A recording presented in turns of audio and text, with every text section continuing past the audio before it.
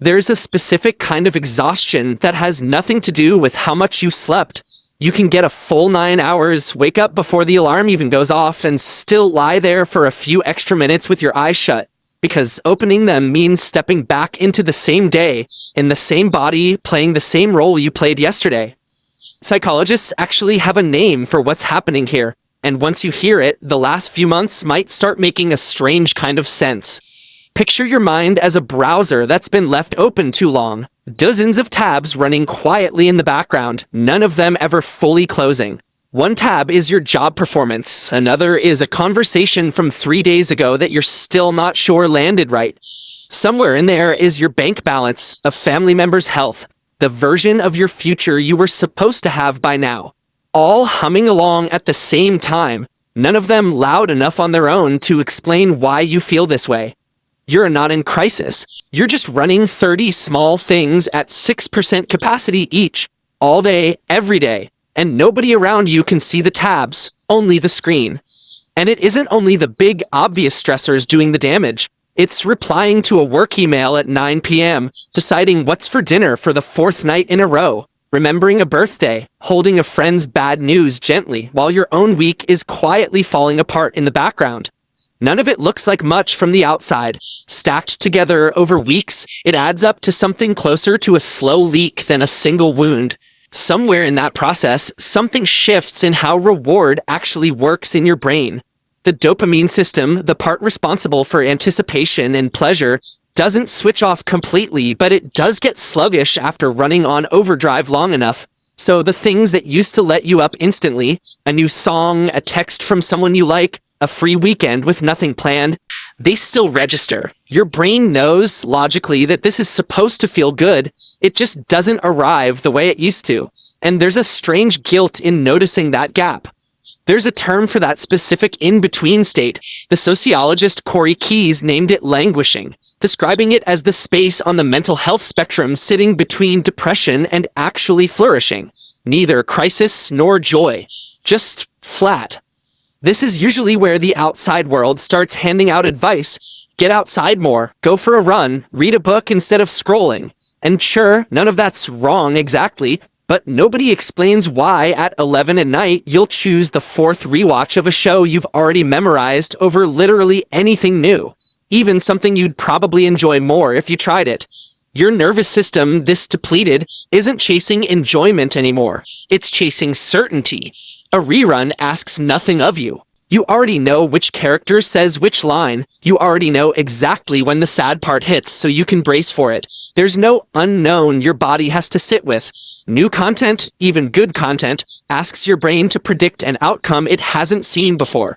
And prediction costs energy you don't currently have to spend. And this is what makes it so isolating. A friend texts, "Hey, haven't heard from you in a while. You good?" On a normal week, that's just someone checking in.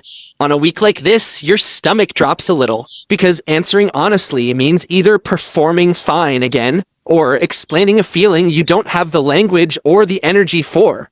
So the message sits there, read, unanswered for 2 days, then 4, and eventually you send back something short and vague. All good, just busy, meaning it as a kindness, a way of shielding them from a version of you that feels like too much to hand anyone right now. Except from the inside, it feels less like kindness and more like slowly disappearing from your own life, apologizing for it in your head every night. From a distance, meanwhile, your life might look completely fine. You still show up, hit your deadlines, laugh at the right moments in meetings, remember to ask a coworker how their weekend went. Nobody's flagging you as struggling, because struggling to most people looks loud. It looks like missed shifts and obvious cracks. Almost nobody's watching for the quiet version, the one where you get in the car after work, sit in the driveway for 4 extra minutes before going inside, and just breathe, because that's the only part of the day nobody needs anything from you. So, what actually helps when the rest you've been getting hasn't been doing much? Start with the performing, because it's usually the biggest drain nobody accounts for. Every time you say, "I'm fine," when wanting to lie down on the floor of a public bathroom, every cheerful reply you send with an exclamation point you don't feel costs something real. Researchers who study emotional labor call this surface acting, performing a feeling you don't actually have. and it measurably takes more out of you than expressing one that's real. You don't need to announce your exhaustion to everyone you know, but somewhere with at least one person, the acting needs to stop for a minute. Even a single message that says, "Honestly, I'm running on empty right now," tends to quietly lower a bill you've been paying without noticing. Then, cut the number of decisions you're making in a day. A mind this tired treats every choice, even a small one, as a withdrawal from an account that's already close to empty. What to wear, what to make for dinner, which route to take home. Pick something repeatable and stick to it for a while. It'll feel boring, almost embarrassingly so, and that's sort of the point. Boring is cheap. Right now, cheap is what you need. There's also a difference between numbing out and actually recovering, and most people confuse the two constantly. 4 hours of short videos might keep your body still, but your eyes are still processing fast cuts and sound and color the entire time, and your dopamine system is still getting yanked around in tiny spikes throughout. You come out of it foggier than when you went in. Actual recovery tends to look almost insultingly dull by comparison. Lying on the floor with your phone in another room, staring at the ceiling doing nothing for 15 minutes, or sitting somewhere quiet long enough that your eyes lose focus on purpose. Your brain will protest loudly for the first few minutes, because it's been trained to expect constant stimulation, so stillness will feel wrong before it feels good. Stay in it anyway. That discomfort easing off is usually the first real sign your nervous system is finally coming down off high alert. None of this fixes everything by tomorrow, and it would be dishonest to promise that it does, but something worth holding on to on the days this feels impossible. Exhaustion like this behaves a lot like a smoke alarm going off in a house that's been running too many appliances for too long without a break. A signal doing exactly its job, not proof that something in you is broken. You're allowed to close a few tabs, let people wonder what's going on with you for a while, and let yourself be dull and low effort for a season, without deciding that makes you a failure at being a person.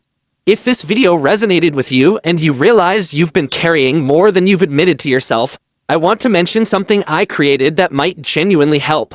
The Childhood Healing Workbook is a 31-page guided workbook designed to help you understand where some of these patterns began, not to blame anyone or relive the past, but to recognize the emotional habits that may still be shaping your life today. It includes exercises on emotional triggers, attachment styles, boundaries, family patterns, self-compassion, and more, all grounded in established psychological research, but written in plain English. If you've spent years surviving without really understanding why you feel this way, you'll find the link in the pinned comment below.